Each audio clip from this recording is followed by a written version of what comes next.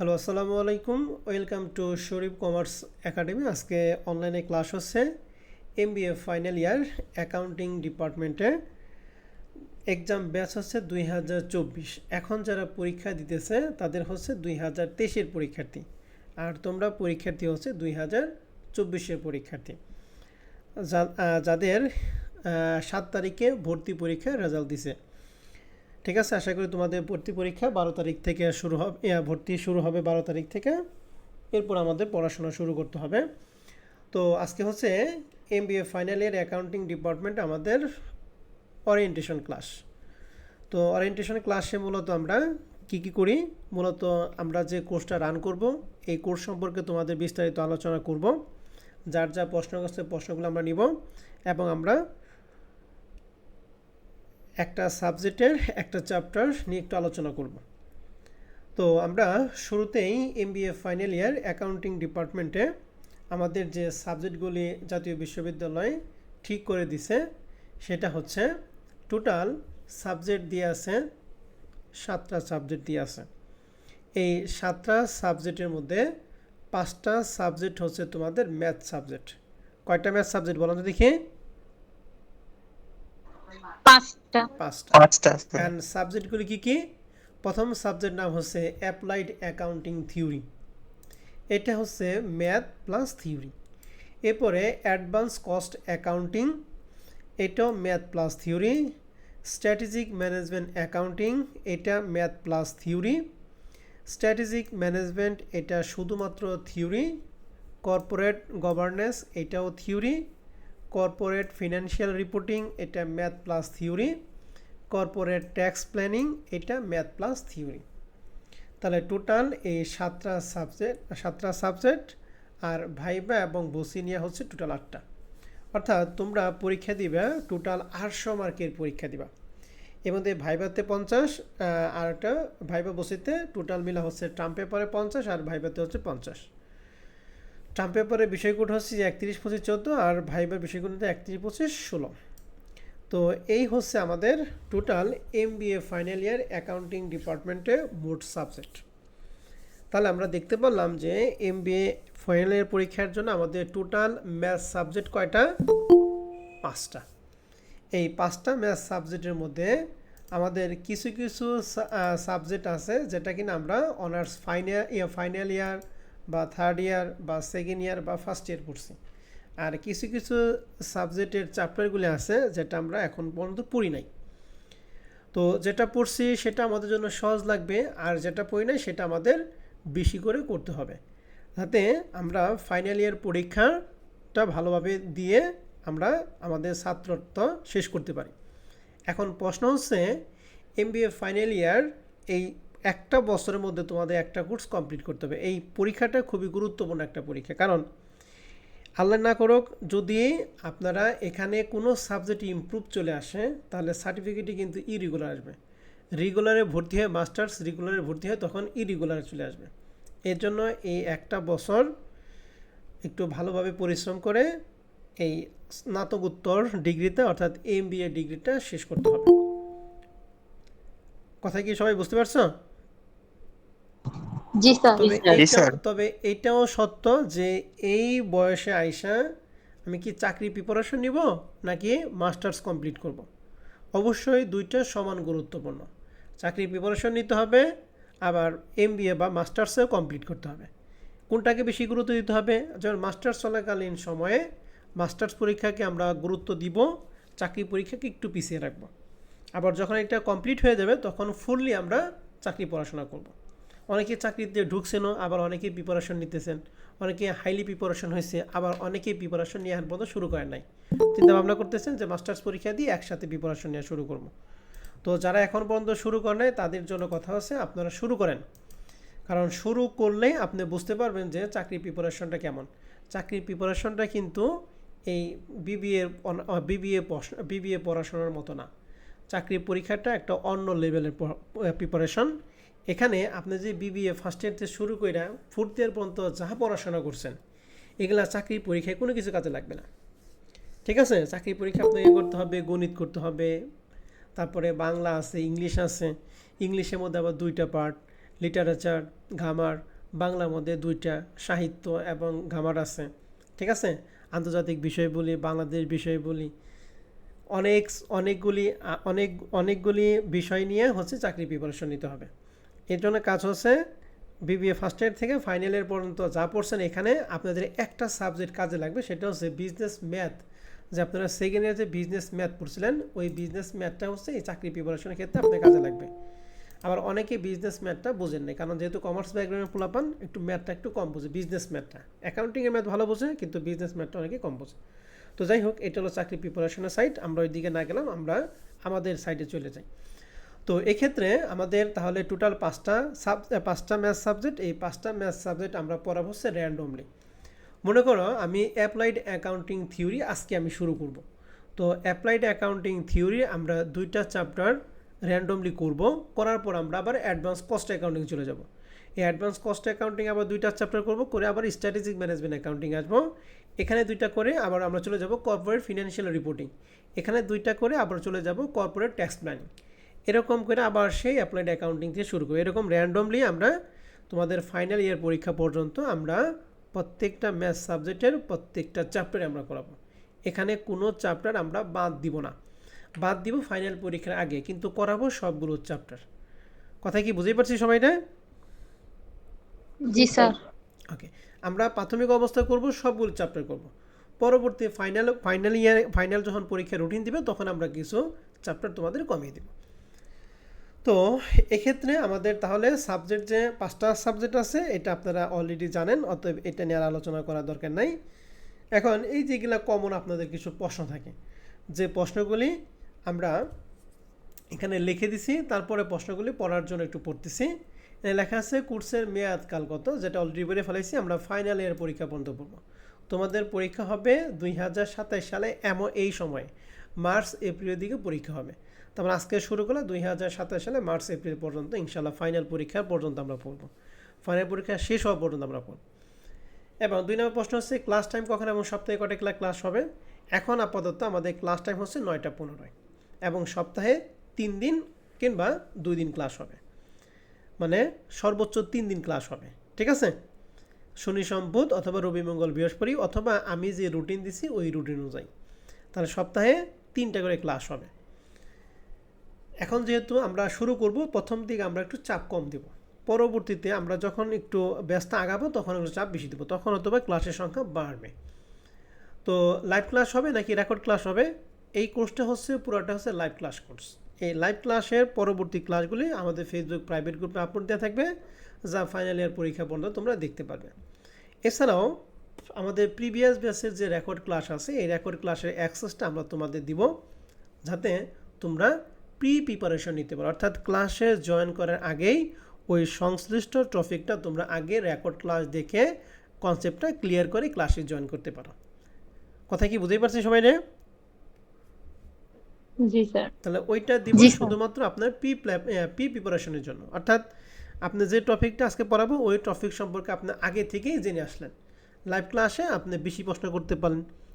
এই জন্য আমরা ওই আগের ব্যাচে রেকর্ড ক্লাসের অ্যাক্সেসটা আমরা তোমাদের দিয়ে দিব। অ্যান্ড প্রশ্ন হচ্ছে আমরা কোন বই দিয়ে পড়াবো, অবশ্যই আমরা পড়াবো আমাদের নিজস্ব লেকচার শিট। আমাদের 5টা ম্যাথ সাবজেক্টের জন্য আমাদের লেকচার শিট রেডি, এবং এর পাশাপাশি আমরা কমার্স পাবলিকেশনের বই পড়ব যে ম্যাথগুলি আসার মতো। এখন লেকচার শিটের কি লেকচার শিট কি দেওয়া হবে, অবশ্যই লেকচার শিট দেওয়া হবে, পিডিএফটা আমরা তোমাদের যার যার জিমেলে দিয়ে দিব, এবং যার পিডিএফ দেখে পড়তে সমস্যা হবে তার জন্য আমাদের হার্ড কপির ব্যবস্থা আছে। তবে এই হার্ড কপিটা আমাদের ফুল কোর্স, যেটা এই ফুল কোর্সের বাইরে, অর্থাৎ কারো যদি প্রয়োজন হয় সে হার্ড কপি নিতে পারবেন, আর যে প্রয়োজন মনে করবেন না তার হার্ড কপির কোনো প্রয়োজন নাই। কথা বুঝতে পারছি সবাইকে? অর্থাৎ হার্ড কপিটা সবার জন্য কি ফরজ না, আপনি চাইলে নিতে পারেন নাও নিতে পারেন, ঠিক আছে। এরপরে 6 নম্বর প্রশ্নে বলছে লেকচার শিট কি সমাধান দেওয়া হবে। হ্যাঁ, আমাদের প্রত্যেকটা লেকচার শিটের পূর্ণাঙ্গ সমাধান আছে। আমরা যে কয়টা চ্যাপ্টার করাবো, প্রত্যেকটা চ্যাপ্টারে আমাদের সম্পূর্ণ সমাধান যে পিডিএফ দিয়ে, সম্পূর্ণ সমাধানের পিডিএফ দিয়ে আছে, যেটা তোমাকে দ্রুত ম্যাথ করতে সহায়তা করবে। অর্থাৎ কোন অঙ্কটা কোন বইতে আছে এটা খুঁজে সময় নষ্ট করার কোনো প্রয়োজন নেই। আর 7 নম্বর প্রশ্নটা লেখা আছে কোর্সের টাকা কি এককালীন পরিশোধ করতে হবে? না, আপনার এককালীন পরিশোধ করার দরকার নেই। যদি এককালীন পরিশোধ করতে চান তাহলে সেক্ষেত্রে কিছু ছাড় তো অবশ্যই পাবেন। আপনি কি করবেন যে প্রতি মাসে আপনি কিস্তি দিবেন 1 থেকে 20 তারিখের মধ্যে, ঠিক আছে? আর যদি কেউ যদি একসাথে পরিশোধ করতে চায় তাহলে সেটা ভিন্ন কথা। এই হচ্ছে 7 নম্বর প্রশ্ন। 8 নম্বর প্রশ্ন বলছে কোর্স ফি কত টাকা এবং কিভাবে। এটা হলো আমাদের চতুর্থ বর্ষেরটা লেখা ছিল। মাস্টার্সের জন্য আমাদের কোর্স ফি হচ্ছে 5,000 টাকা। যে 5,000 টাকা তোমাকে 5 মাসে 5 কিস্তি দিতে হবে। মাঝখানে যদি কিস্তির গ্যাপ হয় কোনো সমস্যা নাই, শেষে আমরা অ্যাডজাস্ট করে নিব, ঠিক আছে? মনে করে যে আমরা এখন শুরু করব, যে এখন যেহেতু তোমাদের ভর্তির ব্যাপার স্যাপার আছে, তোমাদের 6 থেকে 7,000 টাকা লাগবে, হিউজ একটা অ্যামাউন্ট তোমাদের ভর্তির পেছনে চলে যাবে। এখন তোমাদের আর এই কোর্স ফি দিয়ে তোমাকে গ্রুপে জয়েন করতে হবে না। এখন আমরা পুরাটাই তোমাকে গ্রুপে জয়েন করে নিব, তোমরা ক্লাস করবা, পরবর্তী মাসে 1 থেকে 20 তারিখের মধ্যে থেকে তোমাদের কিস্তি শুরু হবে, ঠিক আছে? জি স্যার। আর এখানে হচ্ছে যে আমরা আগে থেকেই জানি 4-5 জন যদি একসাথে আমরা ভর্তি হই তাহলে সেক্ষেত্রে অবশ্যই স্পেশাল ইয়ের কথা, কী বলে, ডিসকাউন্টের কথা আছে, যেটা আপনারা আগে থেকেই জানেন। এটা হলো ফোর্থ ইয়ারের জন্য 5,000 টাকা আর মাস্টার্সের জন্য হচ্ছে 4,000 টাকা, যদি একসাথে 4-5 জন ভর্তি হন। আর আমরা কি মডেল টেস্ট পরীক্ষা নিব কিনা? হ্যাঁ, অবশ্যই আমরা প্রত্যেকটা সাবজেক্টের জন্য আমরা মডেল টেস্ট পরীক্ষা নেব, যেটা আমরা ফোর্থ ইয়ারে নিয়েছিলাম, মাস্টার্সে নিব আমরা। চ্যাপ্টারের জন্য আমরা নিব মিনি মডেল টেস্ট, আর ফুল সাবজেক্টের জন্য আমরা নিব ফুল মডেল টেস্ট, ঠিক আছে? আর ক্লাসটা শুরু হয়েছে আজকে 9/4/2026 রাত 9টা 15 মিনিট। এই হচ্ছে আমাদের ওরিয়েন্টেশন ক্লাস সম্পর্কে বিস্তারিত আলোচনা। এখন সেশনটা হবে আপনাদের প্রশ্ন আপনারা করবেন, আমি আপনাদের প্রশ্নের উত্তর দেব। তারপর আমরা একটা সাবজেক্টের একটা চ্যাপ্টার শুরু করব। হ্যাঁ, আপনাদের যদি কারো কোনো কিছু জানার থাকে বা কোনো কিছু শেয়ার করা থাকে আপনারা প্রশ্ন করতে পারেন।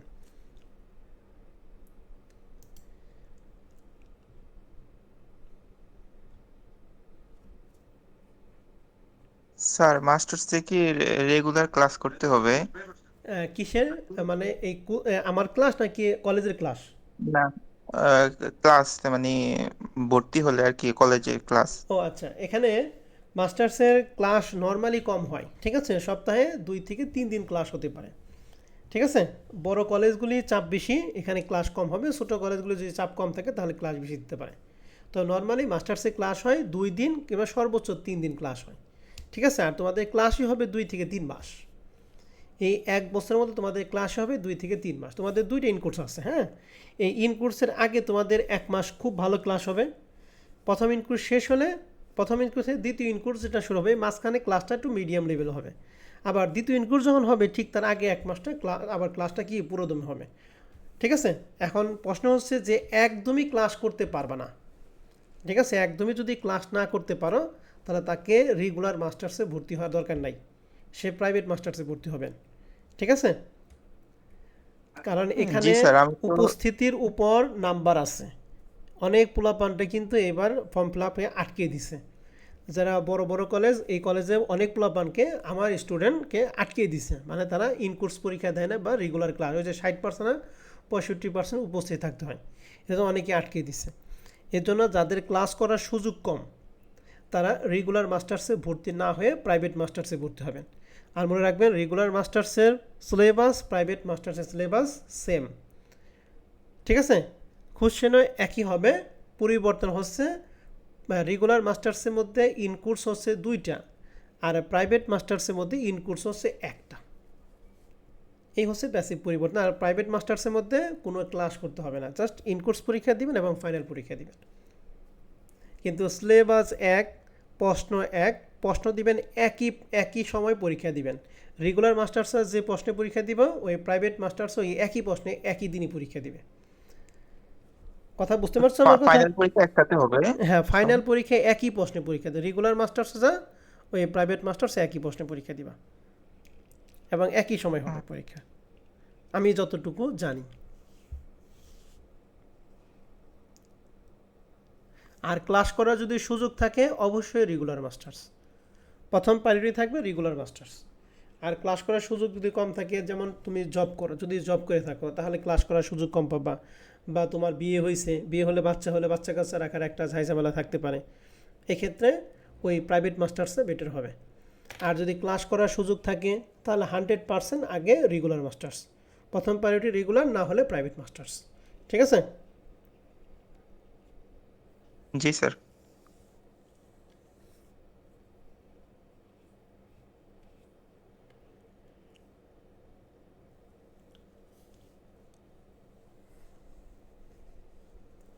ওকে, আরও কোনো কিছু জানার আছে কারণ?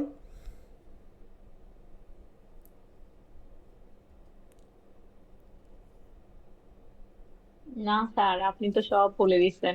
আচ্ছা, ঠিক আছে, আমি সব বলে দিছি। যেহেতু আপনাদের কোনো প্রশ্ন নাই, তাহলে আমরা একটা সাবজেক্ট শুরু করব।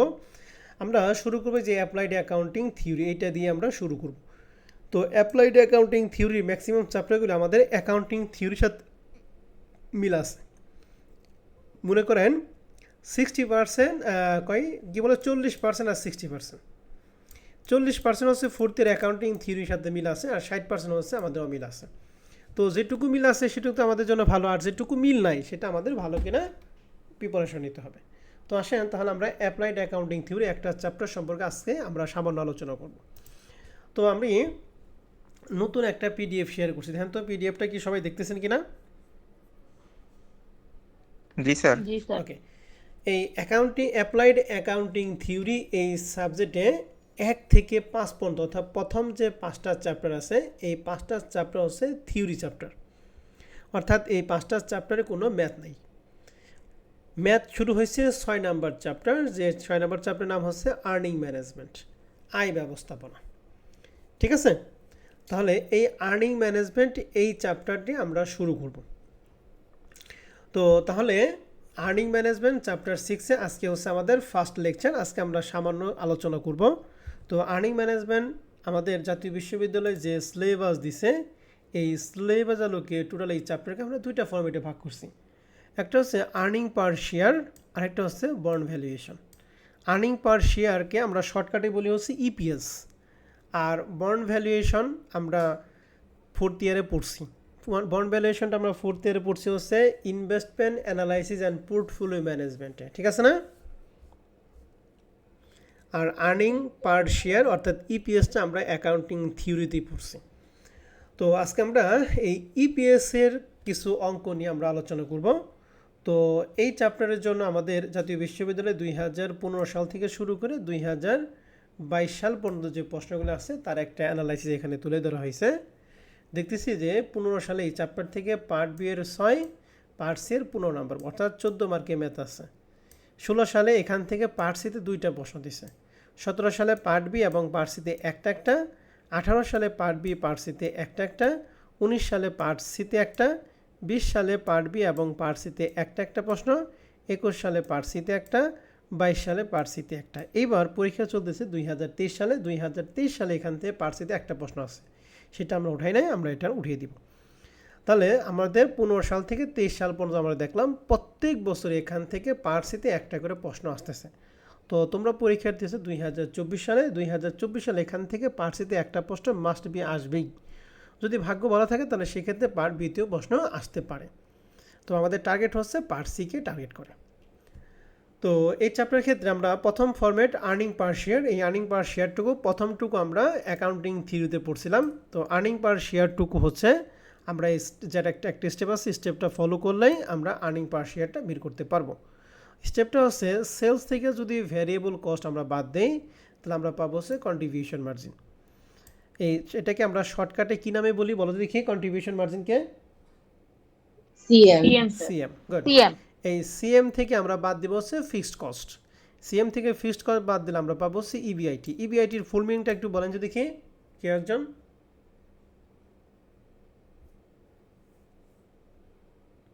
মনে আছে? Earning before interest and tax. Good, earning before interest and tax. তাহলে ইন্টারেস্ট দেওয়ার আগের আর্নিংটা, ইন্টারেস্ট অ্যান্ড ট্যাক্স দেওয়ার আগের, তাহলে এখানে আমাদের দুইটা জিনিস ইন্টারেস্ট এবং ট্যাক্স বাদ দিতে হবে। তাহলে প্রথমে আমরা বাদ দিব ইন্টারেস্ট। তো মনে রাখবেন ইন্টারেস্টটা ধরতে হবে ডেপ্ট বা ডিবেঞ্চার বা ঋণের উপর। ইন্টারেস্ট আমরা ধরি ডেপ্ট, ডিবেঞ্চার বা ঋণের উপর আমাদের যে পার্সেন্ট থাকবে ওই পার্সেন্টটা ধরলে আমরা ইন্টারেস্ট পাবো। তাহলে ইবিআইটি থেকে যখন আমরা ইন্টারেস্ট মানে আয় বাদ দিয়ে দিলাম তখন আমাদের শুধু থাকবে ইবিটি। ইবিটির ফুল মিনিং তাহলে কি হবে? আর্নিং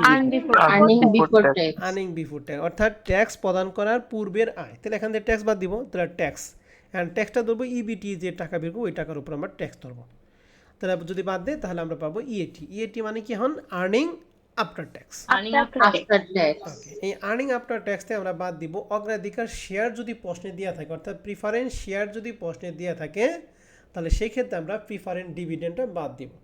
আর প্রিফারেন্স শেয়ার যদি প্রশ্নে দেওয়া না থাকে তাহলে পিটি বাদ দেওয়ার কোনো দরকার নাই। তাহলে পিডিটা ধরতে হবে কার উপরে? প্রিফারেন্স শেয়ারের উপর যে পার্সেন্ট থাকবে সেই পার্সেন্ট দিয়ে আমরা বাদ, সেই পার্সেন্ট টাকার উপর আমরা টাকার উপর সেই পার্সেন্ট ধরবো। তাহলে ইএটি থেকে এই পিডি বাদ দিয়ে আমাদের হবে ইএসসিএস। ইএসসিএস মানে আর্নিং অ্যাভেলেবেল কমন শেয়ার। এখন প্রশ্ন হচ্ছে স্যার, যখন প্রিফারেন্স শেয়ার থাকবে না তখন আমরা কি করব?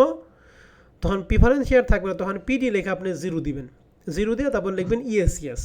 আর যদি দেখা যাচ্ছে না। স্ক্রিন দেখতেছো না? না স্যার। জি স্যার, দেখা যাচ্ছে। ওকে ম্যাডাম, যে দেখা যাচ্ছে স্যার। হ্যাঁ, যে দেখতেছো না সে একটু লিভ নাও, লিভ নিয়ে নতুন করে জয়েন করো। হ্যাঁ, আমি অ্যাকসেপ্ট করে দিতেছি। ঠিক আছে ম্যাডাম? জি স্যার। আশা করি সমস্যার সমাধান হবে। হ্যাঁ, তুমি একটু লিভ নিয়ে নতুন করে জয়েন করো, আমি আবার জয়েন করে দিই। এখন প্রশ্ন হচ্ছে ইএটি থেকে যদি পিডি আমরা যদি না থাকে তাহলে এই পিডি লিখে আমরা টাকাটা কি দিব? 0 দিব। দিয়ে হবে কি? Earning available common share. এই আর্নিং অ্যাভেলেবেল কমন শেয়ারকে আমরা এ দ্বারা প্রকাশ করব। আর এনএস মানে কি? Number of share. এই নাম্বার অফ শেয়ারকে আমরা বি দ্বারা প্রকাশ করব। এখন এনএস আমরা কই থেকে পাবো স্যার? এনএস আমরা পাবো ইকুইটি শেয়ার বা শেয়ার ক্যাপিটাল থেকে আমরা বের করব নাম্বার অফ শেয়ার। ইএসসিএস আমরা এ দ্বারা প্রকাশ করবো, নাম্বার অফ শেয়ারকে আমরা বি দ্বারা প্রকাশ করবো। তাহলে ইপিএস এর সূত্র হচ্ছে এ ভাগ বি। তাহলে এ ভাগ বি মানে আর্নিং অ্যাভেলেবেল কমন শেয়ারকে নাম্বার অফ শেয়ার দ্বারা যদি ভাগ করি তাহলে আমরা মান পাবো কার মান? বলো দেখি। ইপিএস। তাহলে ইপিএস এর অরিজিনাল সূত্রটা তাহলে কি হবে আমাদের? ইএসিএস ডিভাইডেড এনএস। এনএস। গুড। তো ইএসসিএস এর ফুল মিনিং আমরা জানি, এনএস এর ফুল মিনিং আমরা জানি। এখন প্রশ্ন হচ্ছে ইপিএস যদি বের করতে হয় তাহলে সবসময় কি এই একটা ফরম্যাটে? হ্যাঁ, 100% সবসময় এই একটা ফরম্যাটে আমাদের ইপিএস বের করতে হবে। তবে পরিবর্তন হচ্ছে প্রশ্নের মধ্যে যদি সেলস, ভ্যারিয়েবল কস্ট এবং ফিক্সড কস্ট দেওয়া না থাকে, যদি ইবিআইটি দেওয়া টাকা অঙ্কটা শুরু হয় তাহলে আমাদের এই ইবিআইটি দিয়েই শুরু করতে হবে, আগের স্টেপটুকু করার কোনো প্রয়োজন নাই। মানে আমাদের যদি 10টা অঙ্ক থাকে, 10টা অঙ্কের মধ্যে 6টা অঙ্ক সেলস দিয়ে শুরু আর 4টা অঙ্ক ইবিআইটি দিয়ে শুরু। যেটা সেলস দিয়ে শুরু আমরা সেলস দিয়ে শুরু করবো, আর যেটা ইবিআইটি দিয়ে শুরু আমরা ইবিআইটি দিয়েই করবো। কথা বুঝতে পারছি? জি স্যার। ওকে, অনেক সময় ইবিআইটির পার্সেন্ট বের করা লাগতে পারে। হ্যাঁ, এই ইবিআইটি যদি পার্সেন্ট বের করা, ইপিএস এর পার্সেন্ট যদি বের করা লাগে তাহলে সেক্ষেত্রে ইপিএস এর পার্সেন্ট বের করার সূত্র হচ্ছে আমাদের 2টা প্রজেক্ট থাকবে। তেমন সেক্ষেত্রে একটা প্রজেক্টের ইপিএস বড় হবে, একটা প্রজেক্টের ইপিএস কী হবে? ছোটো হবে। তাহলে সেক্ষেত্রে চেঞ্জ ইন ইপিএস বা ইপিএস এর পার্সেন্টেজ বের করার সূত্র হচ্ছে EPS in big minus EPS in small divided by EPS in small into 100। অর্থাৎ 2টা প্রজেক্টের মধ্যে যে ইপিএসটা বড় থেকে ছোটোটা বাদ দিব, ডিভাইডেড বাই ছোটো ইনটু 100। অর্থাৎ একটা যদি 20 হয় আর একটা যদি 30 হয় তাহলে কীভাবে হবে বলো তো দেখি? 30 বিয়োগ 20 ডিভাইডেড 20 ইনটু 100। ঠিক আছে? ওকে, এটা হলো চেঞ্জ ইন ইপিএস এর সূত্র। এরপরে আর ও ই বা রিটার্ন অন ইকুইটি, কে মানে কস্ট অফ ইকুইটি, আর ওয়াই মানে রিটার্ন অন অ্যাভারেজ। এই সূত্র হচ্ছে ESCS divided by SC into 100। এখন এসসি মানে কি? এসসি হচ্ছে শেয়ার ক্যাপিটাল বা ইকুইটি ক্যাপিটাল। অর্থাৎ ইএসসিএস রে শেয়ার ক্যাপিটাল দ্বারা ভাগ করে 100 দ্বারা গুণ করলে আমরা পাবো রিটার্ন অন ইকুইটি। আরেকটা আছে return on investment. Return on investment কিছু সময় বের করতে বলতে পারে, তখন সেক্ষেত্রে আমাদের সূত্র হবে EBIT divided by TC into 100। And TC মানে হচ্ছে টোটাল ক্যাপিটাল। টোটাল ক্যাপিটাল কি? টোটাল ক্যাপিটাল হচ্ছে প্রতিষ্ঠানে প্রেজেন্ট ক্যাপিটাল স্ট্রাকচারে যা থাকবে এবং প্রতিষ্ঠান যত টাকা মূলধন বাড়াবে, প্রেজেন্টের সাথে অতিরিক্ত যে মূলধন থাকবে সেটা যোগ করে আমাদের হবে টোটাল ক্যাপিটাল। অর্থাৎ পুরাতন টাকার সাথে নতুন টাকা যোগ করে হবে টিসি। ঠিক আছে স্যার এবং ম্যাডামরা? জি স্যার। তাহলে এই 3টা হচ্ছে আমাদের অতিরিক্ত সূত্র। এরপরে আমাদের এইটুকু হবে আমাদের ফরম্যাটের অর্ধেক পার্ট, আর এরপর আমাদের ডিউএল ডিএফএল এটা হবে এই ফরম্যাটের দ্বিতীয় পার্ট। ঠিক আছে? তো দ্বিতীয় পার্টের মধ্যে প্রথম সূত্র হচ্ছে ডিউএল মানে ডিগ্রি অফ অপারেটিং লিভারেজ, যেটা আমরা লিভারেজ চ্যাপ্টারের ক্ষেত্রে পড়ছিলাম। তো তো ডিগ্রি অফ অপারেটিং লিভারেজের সূত্র হচ্ছে এই সিএমকে এই ইভিআইটি দ্বারা কি করতে হবে ভাগ করতে হবে, অর্থাৎ কন্ট্রিবিউশন মার্জিন ডিভাইডেড বাই হচ্ছে ইভিআইটি। এই ডিউএল আমরা এই শখ থেকে সূত্রগুলো লিখব। তাহলে ডিউএলের সূত্র কি, কন্ট্রিবিউশন মার্জিনটা কি দ্বারা ভাগ করব, EBIT ইবিআইটি দ্বারা ভাগ করব। এরপরে যেটা degree of financial liver, degree of financial লিভারের সূত্র হচ্ছে দুইটা। প্রথমটা এই ইবিআইটিকে এই ইবিটি দ্বারা ভাগ করব, ঠিক আছে। ইবিআইটির কি দ্বারা ভাগ করবো বলো দেখি, EBT ইবিটি দ্বারা ভাগ। অ্যান্ড আমি যদি এই সূত্র ইবিআইটি ডিভাইড ইবিটি লিখি, এটাকে যদি চেঞ্জ করে লিখি EBIT minus interest divide EBIT, কোনো সমস্যা আছে? জি না স্যার। নাই, একই কথা, ঠিক আছে। তাহলে ইবিআইটিকে কি দ্বারা ভাগ করতে হবে, ইবিটি দ্বারা ভাগ করবে। এখন এই সূত্র আমরা কখন অ্যাপ্লাই করব, মনে রাখবেন আমাদের প্রশ্নের মধ্যে যখন এই প্রিফারেন্ট ডিভিডেন্ড থাকবে না, পিডি থাকবে না, তখন ইবিআইটিকে ইবিটি দ্বারা কি করব, ভাগ করব। আর যখন এই প্রিফারেন্ট ডিভিডেন্ড থাকবে তখন সূত্রটা একটু চেঞ্জ হবে। সূত্রটা কি, উপরে ইবিআইটি নিচে ইবিটি, ইবিটি থেকে অতিরিক্ত বাদ দেবো minus PD divided by 1 minus tax, অর্থাৎ প্রিফারেন্ট ডিভিডেন্ডকে আমাদের আফটার ট্যাক্স করতে হবে। তাহলে এখানে পিডি মানে প্রিফারেন্ট ডিভিডেন্ড, 1 মাইনাস টি মানে হচ্ছে ট্যাক্স। তাহলে ডিগ্রি অফ ফিনান্সিয়াল লিভারেজের সূত্রটা কী দাঁড়াইলো, ডিগ্রি অফ ফিনান্সিয়াল লিভারেজের সূত্র দাঁড়াইলো দুইটা। প্রথমটা যখন প্রিফারেন্ট ডিভিডেন্ড থাকবে না তখন সূত্র কি, EBIT ডিভাইডেড EBT আর যখন প্রিফারেন্ট ডিভিডেন্ড থাকবে তখন সূত্রটা কি হবে, EBIT divided EBT minus PD minus 1 divided 1 minus tax. Good. তাহলে এই দুইটা সূত্রের মধ্যে কখন কোনটা হবে এটা কিন্তু আমাদের মাথার মধ্যে রাখতে হবে। এরপরে সর্বশেষ হলো ডিগ্রি অফ টোটাল লিভারেজ। এটা কয়েকটা নাম আছে, ডিগ্রি অফ টোটাল লিভারেজ হতে পারে, ডিগ্রি অফ কম্বাইন্ড লিভারেজ হতে পারে, বা ডিগ্রি অফ মিক্সড লিভারেজ হতে পারে। যেটাই হোক ওই সূত্র হচ্ছে এই ডিউএল ইন্টু ডিএফএল, অর্থাৎ এই দুইটা লিভারেজ গুণ করলে আমরা পাবো 3 নাম্বার লিভারেজের মানটা, ঠিক আছে। জি স্যার। ওকে, তাহলে আমরা 3টা লিভারেজের সূত্র দেখলাম। তাহলে ডিগ্রি অফ অপারেটিং লিভারেজের সূত্রটা কি বললাম, সিএম ডিভাইডেড বাই ইভিআইটি। আর ডিগ্রি অফ ফিনান্সিয়াল লিভারেজের সূত্র কয়টা বললাম, দুইটা। পিডি থাকলে ছোটোটা, পিডি না থাকলে ছোটোটা, পিডি থাকলে কোনটা, বড়টা। বড় আর ডিগ্রি অফ টোটাল লিভারেজের সূত্র কি, দুইটা লিভারেজে কি যোগফল না গুণফল, গুণফল স্যার। গুণফল। ওকে, এরপরে হচ্ছে আমাদের অতিরিক্ত বা আরেকটা সূত্র, সেটা কি ব্রেক ইভেন পয়েন্ট। এই ব্রেক ইভেন পয়েন্ট মানে সমচ্ছেদ বিন্দু। ব্রেক ইভেন পয়েন্ট আমরা এর সংজ্ঞাটা কি বলছিলাম মনে আছে কারো, ব্রেক ইভেন পয়েন্টের সংজ্ঞাটা কি ছিল, সমচ্ছেদ বিন্দু স্যার, এই বলেন। যত টাকা বিক্রি করলে লাভও হবে না ক্ষতিও হবে না। ওকে গুড, যতটুকু পরিমাণ পণ্য বিক্রি করলে প্রতিষ্ঠানের লাভও হয় না লসও হয় না, সেটাকে আমরা বলি কি ব্রেক ইভেন পয়েন্ট। এই Break break even even point। পয়েন্টের নিচে যদি বিক্রি করা হয় তাহলে প্রতিষ্ঠানের লস হবে, আর উপরে বিক্রি করলে কি প্রতিষ্ঠানের লাভ হবে। লাভ হবে। এই ব্রেক ইভেন পয়েন্ট বের করা হয় দুইটা জিনিস, একটা ব্রেক ইভেন পয়েন্টের ইউনিট আর একটা ব্রেক ইভেন পয়েন্টের কি টাকা। তো টাকা যদি বের করতে বলে তাহলে ইউনিট ছাড়া কিন্তু টাকা বের করা যাবে না। এই জন্য ব্রেক ইভেনের টাকার সূত্র থেকে বেশি ইম্পর্টেন্ট ব্রেক ইভেন ইউনিট বের করা। যা ব্রেক ইভেন পয়েন্ট ইউনিট বের করার সূত্র হচ্ছে FC divided by USP minus UVC. কারণ এফসি মানে হচ্ছে ফিক্সড কস্ট, ইউএসপি মানে ইউনিট সেলিং প্রাইস, আর ইউভিসি মানে ইউনিট ভ্যারিয়েবল কস্ট। তাহলে এই ব্রেক ইভেন ইন ইউনিট এই সূত্রটা একজন একটু বলেন তো দেখি, ফুল মিনিং সহ, না বলে আমি তো আছি। ফিক্সড কস্ট ডিভাইডেড হ্যাঁ, unit selling price, unit selling price minus unit variable cost. Okay, unit variable cost. এই হচ্ছে ব্রেক ইভেন পয়েন্ট ইউনিটের সূত্র। এখন যখন টাকা বের করবো তখন এই ব্রেক ইভেন পয়েন্ট ইউনিটকে ইউএসপি মানে ইউনিট সেলিং প্রাইস দ্বারা কী করবো, গুণ করবো। তাহলে ব্রেক ইভেন পয়েন্ট ইউনিটে ইউএসপি দ্বারা যদি গুণ করি তাহলে আমরা কী পাবো, ব্রেক ইভেন পয়েন্টের টাকা। কথা বুঝতেই পারছি সবাই রে? জি স্যার।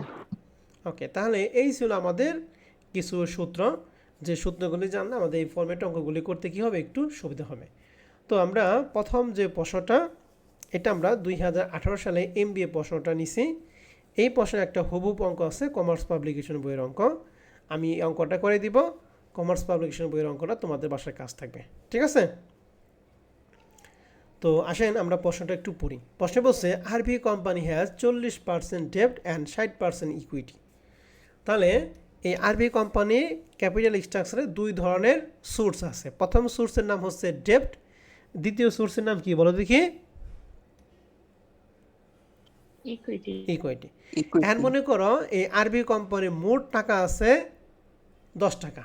তাহলে এই 10 টাকার মধ্যে যদি 40% ডেপ্ট আর 40% ইকুইটি থাকে তাহলে ডেপ্ট কয় টাকা হবে Debt 4 টাকা, আর ইকুইটি কয় টাকা হবে? 6 টাকা, 6 টাকা। আবার যদি 100 টাকা মনে করো তাহলে ডেপ্ট হবে কত টাকা? 40 টাকা। ইকুইটি কত হবে? 60 ষাট টাকা, টাকা। আবার যদি তুমি মনে করো যে ওর 1000 টাকা আছে, এর মধ্যে 400 টাকা হবে ডেপ্ট, ইকুইটি হবে কত? 600 টাকা, 600 টাকা। 600। আমি টোটাল টাকাটা আমি 1ও ধরতে পারি, 100 ধরতে পারি, 10 টাকা ধরতে পারি, 1 লাখও ধরতে পারি, 1 কোটি ধরতে পারি। যে যেটাই ধরুক ওইটাই দিয়ে অঙ্ক রাইট। কথা বুঝতে পারছি? জি স্যার। তাহলে প্রথম টাকাটা ধরা হলো নিজের ইচ্ছা মতো, তবে ভুল করা যাবে না। ঠিক আছে? আপনি মনে করেন 100 টাকা ধরলেন, এখন ডেপ্ট আছে 40%, আপনি ডেপ্ট দিলেন 50%, তাহলে হবে না কিন্তু। তাহলে ডেপ্ট এবং ইকুইটি নিয়ে কথা গেল। এরপর বলছে আর্ন, তারা আয় করে 20% অন ইটস অ্যাসেট। তারা অ্যাসেটের কত পার্সেন্ট আয় করে বলো দেখি? 20%, 20%। এখন প্রশ্ন হচ্ছে এই যে ডেপ্ট এবং ইকুইটিতে দিয়ে আছে, এই দুইটা কি সম্পদ না দায়? বন্ধু কি ডেপ্ট এবং সম্পদ। ইকুইটি সম্পদ না দায়? সম্পদ, সম্পদ। ওকে, আরো আরো কেউ বলবেন ডেপ্ট এবং ইকুইটি কি?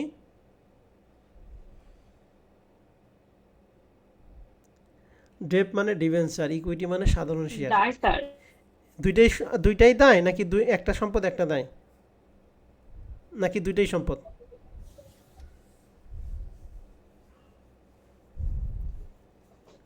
একটা সম্পদ একটা দায়। হ্যাঁ, ডিবেঞ্চার দায় কোনটা আর সম্পদ কোনটা দায় বলেন? ইকুইটা সম্পদ আর ডেপ্ট হচ্ছে দায়। ওকে, আর কেউ বলবেন? এখন পর্যন্ত সঠিক উত্তর পাই নাই। ইকুইটি মালিকানা সত্ত্ব, হ্যাঁ, ইকুইটি মালিকানা সত্ত্ব। আর ডেপ্ট? ডেপ্ট হচ্ছে ঋণ। ঋণ হচ্ছে ঋণ। তাহলে কি দুইটাই সম্পদ নাকি দুইটাই দায়? দুইটাই দায় স্যার। দুইটাই দায়। এই যে দুইটাই। এখন আনসারটা পেলাম এই হয় না। আমরা জানি মালিকানা সত্ত্ব এবং ঋণ এগুলা সবই কি দায়। তাহলে এখানে যে টাকাটা আছে 60% বা 40%, দুইটাই হচ্ছে দায়। সম্পদ কি, কোনো সম্পদ নিয়ে কোনো কথা বলা আছে? না স্যার। তাহলে ওই সম্পদের উপর আমরা 20% কিভাবে আয় বের করব? আমরা জানি এ সমান সমান এর প্লাস কি উই, ঠিক আছে না? এ মানে কি জি স্যার। অ্যাসেট, আর এল প্লাস মানে উই asset। মানে কি? এর মানে দায় যোগ লাই, মালিকানা। উই মানে কি অনার্স ইকুইটি, মানে সম্পদ এবং দায়, সরি, দায় এবং মালিকানা সত্ত্ব সমান সমান কি সম্পদ। সম্পদ, এই দুইটা মিলা যদি 50 টাকা হয় তাহলে সম্পদ কয় টাকা হবে? 50 টাকা, এই দুইটা মিলে যদি 100 টাকা হয় তাহলে সম্পদ কয় টাকা হবে? 100 টাকা। 100 টাকা, তার মানে আমি দায় জানি, কথাটা মানে হচ্ছে সম্পদ জানি, রাইট? জি স্যার। আবার সম্পদ জানি মানে কথাটা কি দায়ের পরিমাণও আমি জানি, ঠিক আছে তো? জি স্যার, তাহলে এখানে যদি বলা থাকতো যে 20% অন ইট লাইবিলিটি, তাহলে লাইবিলিটি দিয়ে আছে তার উপর আমরা 20% সরাসরি দিলাম। কিন্তু এখানে যারা কি করছে লাইবিলিটি নয় বলে কি বলছে অ্যাসেট বলছে। এখন যার ব্রেন ভালো সে জানে যে যেহেতু দায় দিয়ে আছে দায় সমান সমান সম্পদ, দায় যে কথা সম্পদও দায় যে টাকা আছে সম্পদও সেম পরিমাণ টাকা, আমরা তার উপর কি করব পার্সেন্টেজ দেবো। আবার যদি আর যারা বুঝবে না তারা দায় দিয়ে নাই সম্পদের উপর কেমনি পার্সেন্ট দেবো, তাহলে অঙ্কটাই মনে ভুল, তা কিন্তু না। এবং ব্র্যাকেটে লেখা আছে বিফোর ট্যাক্স। বিফোর ট্যাক্স মানে কি ট্যাক্স বাদ দিছে না বাদ দেয় নাই বলেন যদি কি?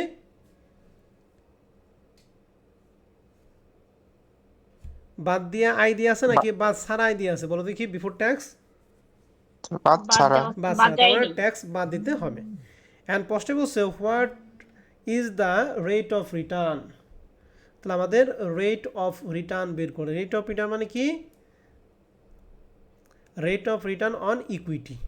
তাহলে রিটার্ন অন ইকুইটি আর ও ই। তাহলে আর ও ই বের করার সূত্রটা তোমাদের কি বলছিলাম?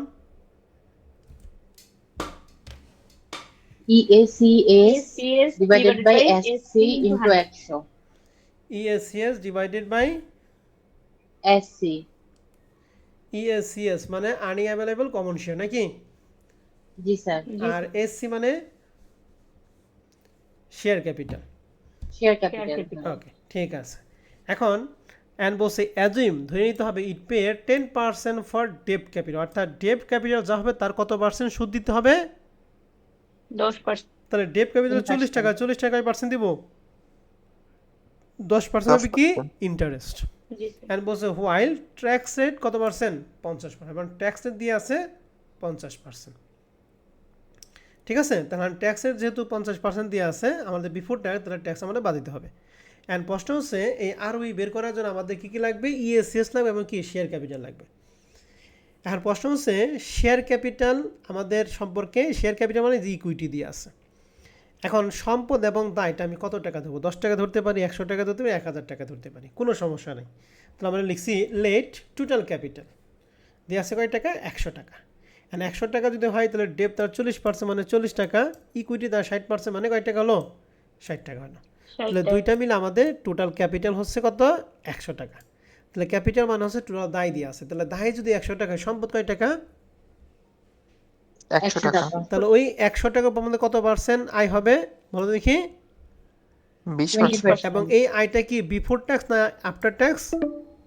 Before Before tax. tax। তাহলে ইবিআইটি, বিফোর মানে কি ইবিআইটি, অর্থাৎ earning available, earning before interest and কি ট্যাক্স। এই জন্য লেখা হয়েছে earning before interest and tax. যেহেতু দায় 100 টাকা, তার মানে সম্পদে কয় টাকা? 100 টাকা। ওই সম্পদের উপর আমরা কত পার্সেন্ট উঠছি? 20%। 20% মানে 20%। 20 টাকা। আমি যে 100 টাকা ধরে, এটা কি দায়ের উপর ধরলাম নাকি সম্পদের উপর ধরলাম? সম্পদের উপর। সম্পদের সম্পদের উপর। উপর ধরছি, দিয়ে আছে কিন্তু দায় ধরলাম কার উপরে? সম্পদ। আমরা জানি দায় সমান সমান কি সম্পদ।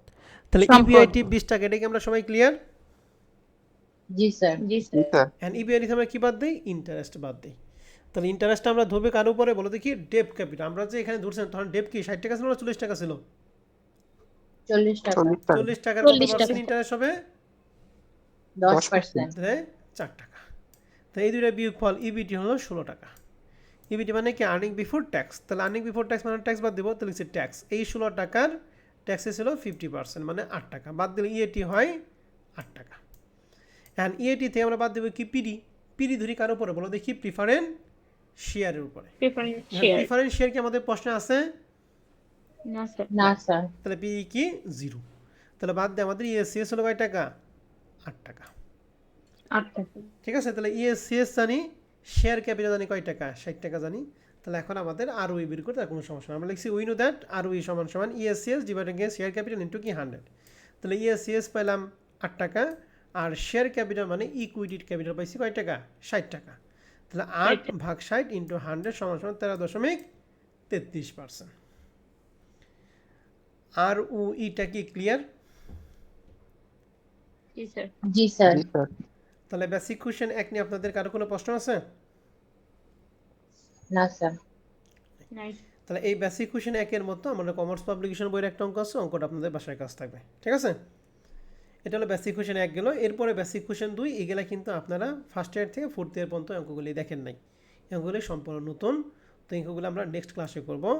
আমরা বেসিক কোশ্চেন 1 এর মধ্যে একটা অঙ্ক আছে, অঙ্কটা আমরা জাস্ট বাসায় কাজ দিব। এই যে 7 নম্বর প্রবলেমটা দেখতেছেন, 7 নম্বর প্রবলেমটা সবাই?